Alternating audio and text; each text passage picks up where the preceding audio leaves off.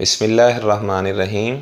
آج میں چند باتیں آپ کے ساتھ شیئر کروں گا۔ ایک کتاب کا میں مطالعہ کر رہا تھا تو اس میں ایک جملہ مجھے بہت پسند آیا کہ آپ پریشانیوں کو ختم کر دیں قبل اس کے کہ پریشانیاں آپ کو ختم کر دیں۔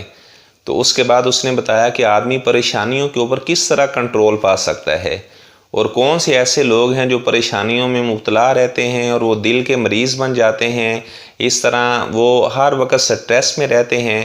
اس نے پھر بتایا کہ آدمی اپنے آپ کو کس طرح پریشانیوں سے بچا سکتا ہے۔ تو انشاءاللہ میں بھی آپ کے ساتھ یہ بات شیئر کرتا ہوں، آپ کو ضرور ان باتوں سے فائدہ ہوگا۔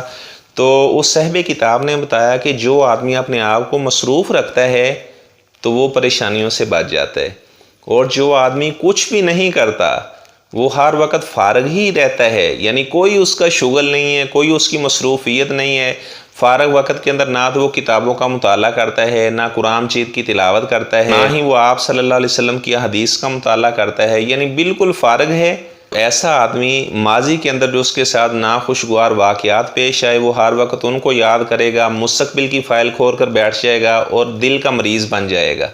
ظاہری بات ہے جو آدمی ہر وقت پریشان رہے گا اس نے دل کا مریض ہی بننا ہے۔ جو آدمی بالکل فارغ ہوتا ہے گویا کہ اس کا جو دماغ ہے وہ شیطان کا مسکن ہوتا ہے۔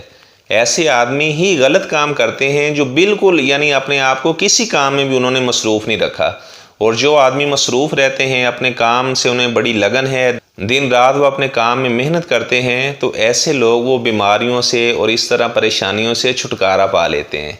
اگر آپ بھی کچھ نہیں کرتے، آپ بھی اپنے آپ کو کسی کام میں مصروف کر لیں۔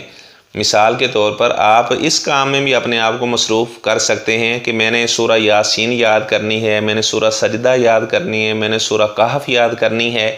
اس طرح قرآن مجید یاد کرنے میں اپنے آپ کو مصروف رکھ لیں تو آپ صحت کے بارے میں اور وقت کے بارے میں دھوکے میں مبتلا نہ ہوں۔